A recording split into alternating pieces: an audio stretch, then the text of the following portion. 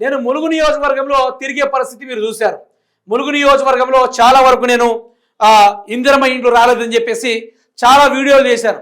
అది దగ్గర 30 లక్షల మంది దాకా చూశారు. 30 లక్షలు, 40 లక్షలు, 50 లక్షల మంది చూశారు. చూస్తే మంత్రి సీతక్క గారు ఏం చెప్పారంటే, నేను ములుగు నియోజకవర్గంలో 5,000 ఇందిరమ్మ ఇండ్లు ఇచ్చినా, 6,000 ఇందిరమ్మ ఇండ్లు ఇచ్చినా ఈ ఇండ్ల పైన ఎవరైనా దుష్ప్రచారం చేస్తే తూర్పున ఉన్న సమ్మక్క సారక్కే చూసుకుంటుందని చెప్పేసి నన్ను ఉద్దేశించి మాట్లాడారు గౌరవ మంత్రి సీతక్క గారు. నాకు చాలా వరకు బాధ అనిపించింది. అది నేను మంత్రి సీతక్క గారు అభివృద్ధి చూసి ఆమె అభివృద్ధికి మోకాలు అడ్డు పెట్టే కార్యక్రమం నేను ఎప్పుడు చేయను. ఒక ఆడబిడ్డ ఎదుగుదలకు మోకాలు అడ్డు పెట్టే కార్యక్రమాన్ని ఎప్పుడు చేయను. అక్కడ చాలామంది గిరిజన ప్రజలు ఉన్నారు. మంత్రి సీతక్క గారు గతంలో ఉన్నట్టు ఇప్పుడు లేరు.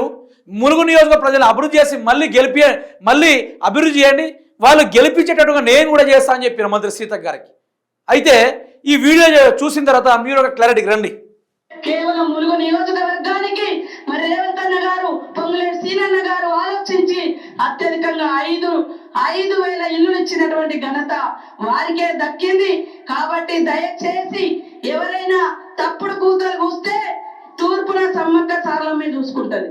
నేను తప్పుడు మాటలు మాట్లాడడం లేదు. మేము కూడా తప్పుడు మాటలు మాట్లాడలేదు అక్క. మీరంతా హ్యార్ష్గా మాట్లాడుతూ తూర్పున ఉన్న సమ్మక్క సారలకి చూసుకుంటారంటే ఏంది మేడం ఇది? నేను పేదోళ్ళకి ఇందిరమ్మ ఇండ్లు ఇవ్వండి అని చెప్పేసి మాట్లాడినా. రేవంత్ రెడ్డి గారు ఇందిరమ్మ ఇండ్లు ఉన్న కాడ నేను ఓట్లు అడుగుతా, డబుల్ బెడ్రూమ్ ఉన్న కాడ నువ్వు పోయి అడుగుపో కేసీఆర్ అని చెప్పేసి రేవంత్ రెడ్డి వీడియో ఇస్తే, మరి ములుగు నియోజకవర్గంలో ఒక్క ఇందిరమ్మ ఇండ్లు రాలా, పోడు భూములకు పట్టాలు రాలా?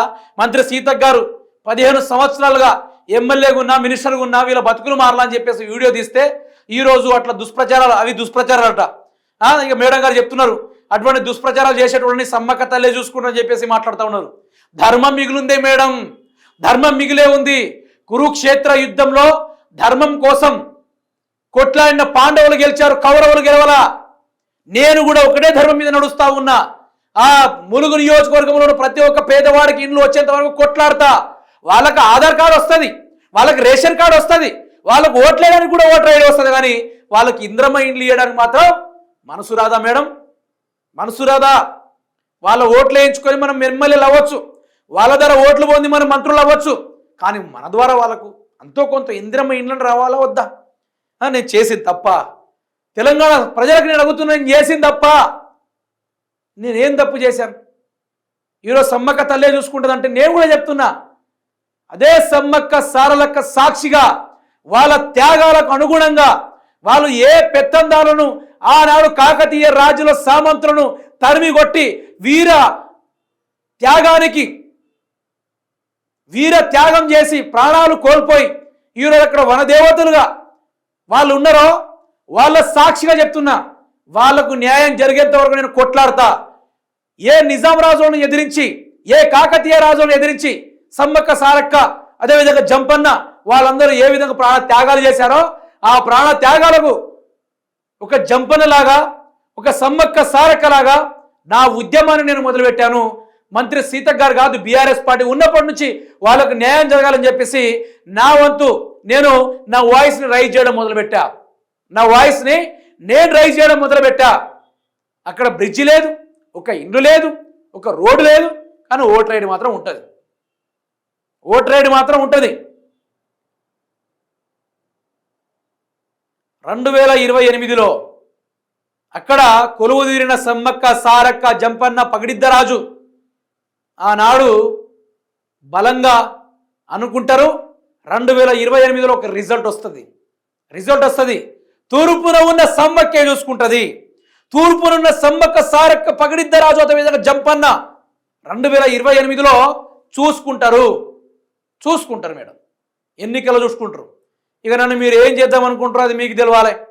ఇక ఆర్జీటీవీ గొంతు మోయకుండా ఉపడాలని చెప్పేసి నన్ను కొట్టినా కొట్టచ్చు, జైలు పాలన చేయొచ్చు, లేకుండా నన్ను చంపచ్చు. కానీ నా ఉద్యమాన్ని నేను విరమించుకోను. నేను పేద ప్రజల కోసం కొట్లాడుతూ ఉంటే వాళ్ళ దగ్గర సమాధానం లేక నన్ను పార్టీతో అంటగట్టిర్రు. అయినా నేను ఏ పార్టీకి సంబంధించి లేను. వీళ్ళు మాట్లాడుకుంటారు చాలా వరకు. బీఆర్ఎస్ పార్టీ పేడ్ ఆర్టిస్ట్గా పనిచేస్తాను అని చెప్పేసి మాట్లాడుతూ ఉంటారు. అటువంటి సోదరులకు నేను చెప్పేది ఒక్కటే, బీఆర్ఎస్ పార్టీ అధికారంలో ఉన్నప్పుడు జియో 46 బాధితుడిని నేను. నాకు స్పోర్ట్స్ కోటాలో స్పోర్ట్స్ కోటా ఉన్నా కూడా నాకు ఉద్యోగం రాలా.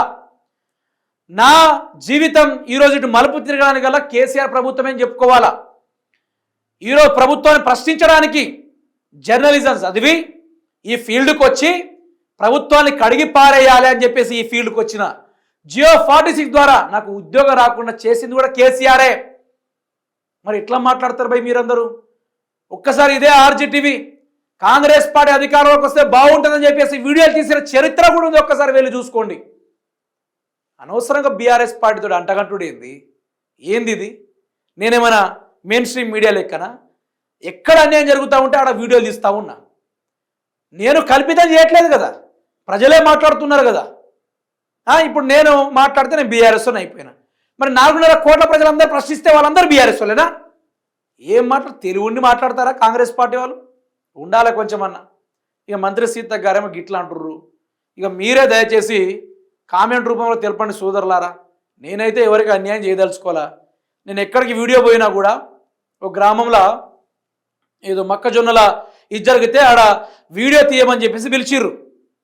వాళ్ళు మొత్తం 180 ఎకరాలు ఓ పంట వేసి వాళ్ళు మొత్తం నష్టపోయారు. నష్టపోతే వాళ్ళకు ఎవరైతే విత్తనం ఇచ్చిండో వాళ్ళ దగ్గర నుంచి డబ్బులు రావాలని చెప్పేసి ఆడ పిలిస్తే నేను ఆడ పోయి ఆ షాపునికి ఫోన్ చేసి వాళ్ళకు డబ్బులు వచ్చేట్టుగా ప్రయత్నాలు చేస్తే వాళ్ళు నాకు ఒక 10,000 రూపాయలు నేను వచ్చిన కిరాయికి డబ్బులు ఇవ్వడానికి రెడీగా పట్టుకున్నారు. నేను హార్ట్ఫుల్గా చెప్తున్నా వాళ్ళు 10,000 రూపాయల నుంచి 10 రూపాయలు కూడా తీసుకోలే. డీజిల్ నాదే, అక్కడ వెళ్ళిన తిండి ఖర్చులు నాయే. నేను ఎవరి దగ్గర డబ్బులు తీసుకునే రకం అయితే కాదు. దయచేసి నన్ను ఏ పార్టీతోటి అంటగట్టకండి. నేను ప్రజల కోసమే కొట్లాడతా. అంతో కొంత అక్కడ కేసీఆర్ చేసిన పనులు ఏమైనా ఉంటే ఆ పనుల గురించి మాట్లాడతా. ఎందుకంటే వీళ్ళు పదే బీఆర్ఎస్ని టార్గెట్ చేసుకుంటూ మాట్లాడతారు కదా. మరి వీళ్ళకి ప్రజలు ఓట్లేసింది బీఆర్ఎస్ పార్టీ గురించి మాట్లాడమనా, కేసీఆర్ కొంప గురించి మాట్లాడమనా, కేసీఆర్ ఫామ్ హౌస్ గురించి మాట్లాడమనా? కాదు కదా. పరిపాలించుకోమని చెప్పేసి అధికారం ఇచ్చారు కదా. మాట్లాడితే ఏమైంది మరి వీళ్ళకు? పరిపాలన చేసుకుంటే ఏమైంది మరి వీళ్ళకు? చేసుకోలేరా? ఏం జరుగుతుంది? పరిపాలన జరుగుతుందా? రాజకీయాలు అంటారా దాన్ని ఎవరైనా? గిట్లా ఉంది సోదరులారా. మనం దాన్ని పెద్దగా ఏం చెప్పలేము. అట్లాంటి దౌర్భాగ్యమైన ప్రభుత్వాలు నడుస్తూ ఉన్నాయి.